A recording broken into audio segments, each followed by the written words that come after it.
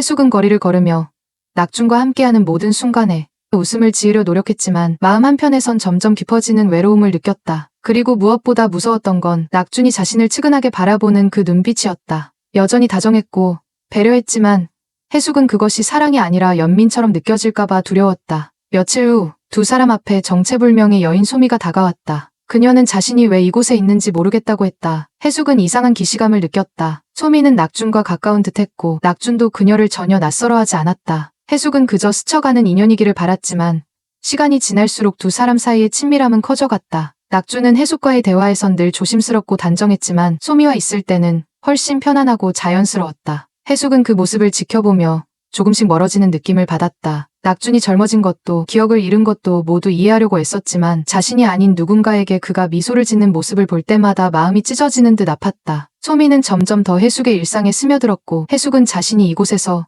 늙은 이방인이 된 것만 같았다. 그 시절엔 모든 것이 힘들었지만 사랑만큼은 진짜였고 둘만의 세계는 천국보다 더 따뜻했다. 그러나 지금의 이 천국은 누군가의 의지로 만들어진 이상향처럼 느껴졌다. 누군가의 기억 속, 누군가의 이상 속의 해숙은 그저 삽입된 조각 같았다. 천국이란 것이 모두에게 같은 모습으로 다가오는 게 아닐지도 모른다는 생각이 그녀를 사로잡았다. 다음 날 아침, 해숙은 천천히 걸음을 옮겨 센터장을 찾아갔다. 저기 혹시 이곳이 진짜 천국이 맞나요? 센터장은 침묵하다가 말했다. 해숙님, 천국은 사람이 정하는 게 아닙니다. 스스로 그렇게 믿는 순간 그곳이 천국이 되는 겁니다. 그리고 마침내 그녀는 지하철 플랫폼에서 본 장면을 떠올렸다. 수많은 사람들이 천국행과 지옥행을 나누는 그 분기점에서 해숙은 분명히 소미를 봤다. 그녀는 그날 지옥행 방면에 서 있었다. 혼란스러워 보였고 불안한 눈빛으로 주위를 두리번거리던 그녀는 무언가를 기다리고 있었다. 그리고 그 순간 젊어진 낙준이 다가와 그녀의 손을 잡고 열차 밖으로 이끌었던 것이다. 해숙은 그 장면을 꿈처럼 기억하고 있었지만 그 장면은 이제 명확한 현실로 떠올랐다. 낙준은 그날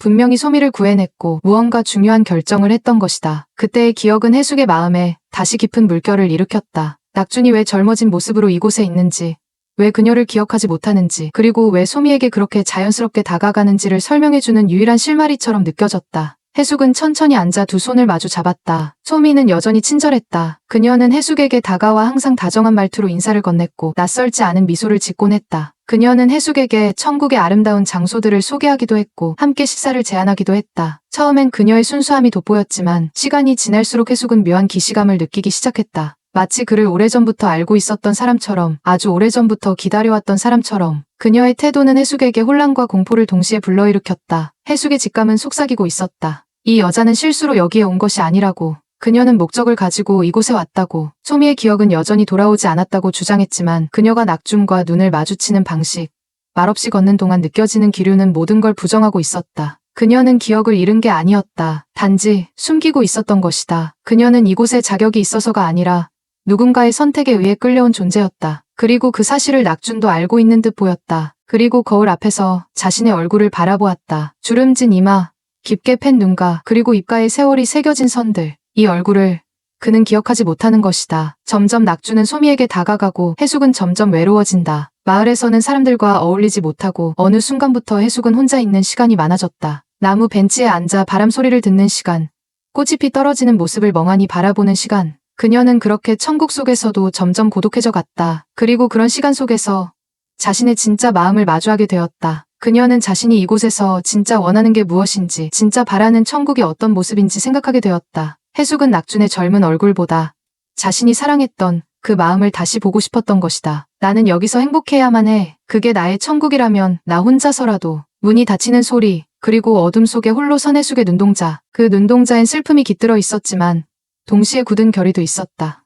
누군가의 아내로서가 아닌 스스로 천국을 만들어가려는 한 사람의 용기. 그녀는 버스 정류장을 향해 천천히 걸었다. 하늘은 맑고 바람은 부드러웠다. 모든 것이 평화롭고 아름다웠지만 해숙은 그것을 더 이상 천국이라 부르지 않기로 했다. 버스가 도착하자 해숙은 잠시 뒤를 돌아봤다. 그 눈동자에는 미련과 슬픔이 맴돌고 있었다. 창문 너머로 흘러가는 천국의 풍경을 바라보며 그녀는 조용히 눈을 감았다. 그 순간 그녀의 입가에는 오래간만에 진심 어린 미소가 떠올랐다. 하지만 해숙이 떠난 이후 남겨진 천국은 어딘가 균열이 생기기 시작했다. 하늘은 여전히 맑았지만 사람들의 표정은 알 수 없는 불안으로 흔들렸고 마을 한가운데에 서 있는 나무는 시들기 시작했다. 그때 센터장이 비밀 회의실에 누군가를 호출했다. 그것은 다름 아닌 솜이었다. 그녀는 조용히 들어와 의자에 앉았고 센터장은 묻지 않고 곧장 말문을 열었다. 기억이 다 돌아왔지요. 소미 씨. 소미는 말없이 고개를 끄덕였다. 순진하고 해맑은 표정은 사라지고 차분하고 무언가를 감추고 있는 듯한 그림자가 드리워져 있었다. 그녀는 잠시 입술을 깨물다 조용히 입을 열었다. 기억나요. 오래전 일이에요. 어머니는 너무 아프셨고 아버지는 아무 말도 하지 못했어요. 아무도 저를 불러주지 않았고 아무도 제 이름을 기억하지 않았어요. 그래서 저는 그냥 그렇게 사라졌어요. 센터장은 미세하게 눈썹을 찌푸렸다. 그녀의 말이 이 천국의 시스템과 연관된 치명적인 금기를 건드리고 있었기 때문이다. 소미, 당신은 그 유산된 아이였던 건가요? 소미는 고개를 끄덕였다. 저는 세상에 태어나지도 못했던, 존재로 인정받지 못했던 아이였어요. 그런데 아버지가 마지막 순간에 저를 기억해냈어요. 그래서 여기에 데려온 거예요. 그분이 저를 살려주셨어요. 존재하지 않던 저를 천국에, 당신들 사이에 끼워 넣은 거예요. 그녀의 목소리는 떨렸고 눈물은 조용히 흘러내렸다. 하지만 이제 알겠어요. 저는 이곳에 머물 자격이 없어요. 그리고 어머니가 떠나는 걸 그냥 보고만 있었어요. 저를 몰라보는 그 눈빛이 어쩌면 당연했던 건지도 모르겠어요. 센터장은 묵묵히 그녀를 바라보았다. 그리고 이 천국의 시스템이 흔들리기 시작한 진짜 이유를 이제서야 완전히 이해하게 되었다. 센터장은 천천히 봉인된 파일 하나를 꺼냈다. 거기에는 붉은 도장으로 찍힌 문장이 있었다. 당신은 원래 이곳에 올 수 없었던 사람입니다. 낙준 씨가 시스템의 틈을 이용해 당신을 이끌어왔지요. 우리는 그 대가로 그의 기억 일부를 가져갔고요. 소미는 조용히 입을 열었다. 알고 있었어요. 처음부터 저는 이곳에 있을 자격이 없다는 걸. 그런데 그 사람이 그렇게까지 해줄 줄은 몰랐어요. 센터장은 잠시 말을 멈췄다. 혜숙 씨가 떠난 지금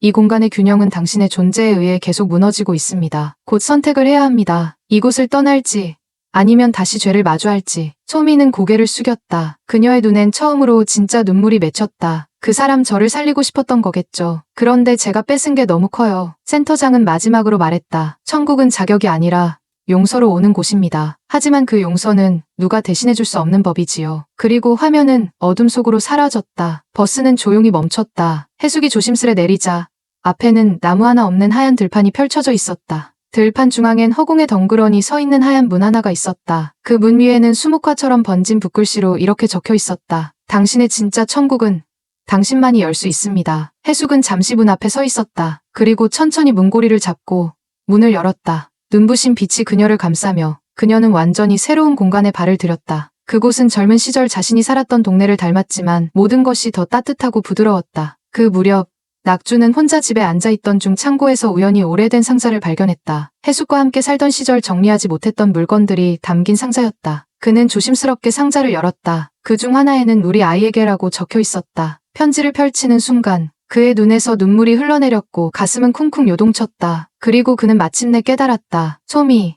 그녀가 바로 자신이 끝내 기억에서 지워버린 하지만 마음속 어딘가에는 지키고 싶었던 그 아이였다는 것을. 이 기억을 되찾은 순간 낙준의 얼굴엔 고통과 후회의 감정이 뒤섞여 있었다. 천국의 균형은 무너졌지만 그 균열 속에서 진짜 용서와 화해가 시작되고 있었다.